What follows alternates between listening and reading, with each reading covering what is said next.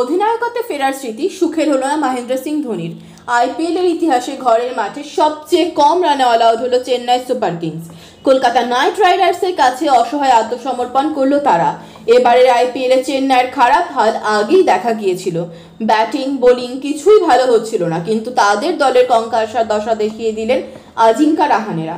এত খারাপভাবে আইপিএলে এর আগে হারেনি ধোনিরাও, তাও আবার ঘরের মাঠে। খেলা দেখে বোঝা গেল চেন্নাইয়ের কোনো পরিকল্পনাই নেই, না ব্যাটিংয়ে না বোলিংয়ে। এই ম্যাচে 9 নম্বরে ব্যাটিং করতে নামলেন ধোনি। কঠিন পরিস্থিতিতে আগে নেমে দলের দায়িত্ব নিতে পারলেন না। তাকে দেখে বোঝা যাচ্ছিল এবারে যাওয়ার সময় হয়েছে। আর শুধু নাম দিয়ে প্রতিযোগিতা জেতা যাবে না, তার অধিনায়কত্ব নিয়েও উঠছে প্রশ্ন। একবারও দেখে মনে হলো না লড়াই করার চেষ্টা করছেন। আগে থেকেই হার স্বীকার করে নিয়েছিলেন ধোনি। চেন্নাইয়ের উইকেটে বরাবরই স্পিনারের সাহায্য পান, এই উইকেট দেখেও সেটাই মনে হচ্ছিল। তাই স্পেন্সার জনসনের বদলে স্পিনার মাইন আলীকে খেলায় কেকেআর। রাহানেদের এই পরিকল্পনা কাজে লাগলো।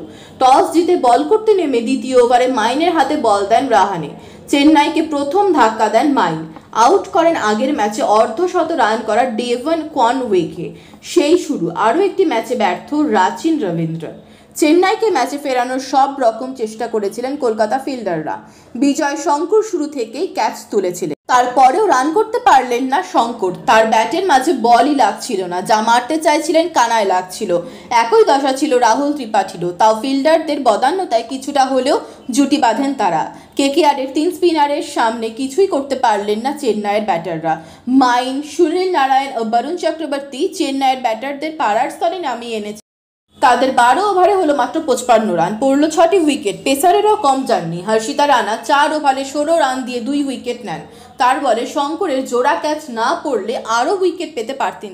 চেন্নাইয়ের ব্যাটিং আক্রমণে এবার এমন কেউ নেই যিনি একার কাঁধে দলকে টানতে পারেন। ঋতুজা গায়কোয়াড় ছিটকে গিয়েছিলেন। গতবার যে শিবম দুবে দলকে টানছিলেন, তিনি এবার গতবারের ছায়া মাত্র।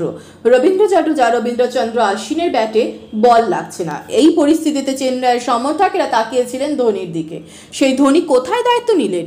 একটা করে উইকেট পড়ছিল আর সকলে ভাবছিলেন এবার ধোনি নামবে, কিন্তু কোথায় কি? তার আগে ইম্প্যাক্ট প্লেয়ার দীপক হুডাকে পর্যন্ত নামিয়ে দিলেন তিনি নামলেন 9 নম্বরে। মাত্র 4 বলে খেললেন। নারায়ণের বলের এলবিডব্লিউ হয়ে ফিরে গেলেন। চেন্নাইয়ের ব্যাটারদের অ্যারাম গ্যারাম দশামুখেরা হাসি কেড়ে নিতে বাধ্য সমর্থকদের।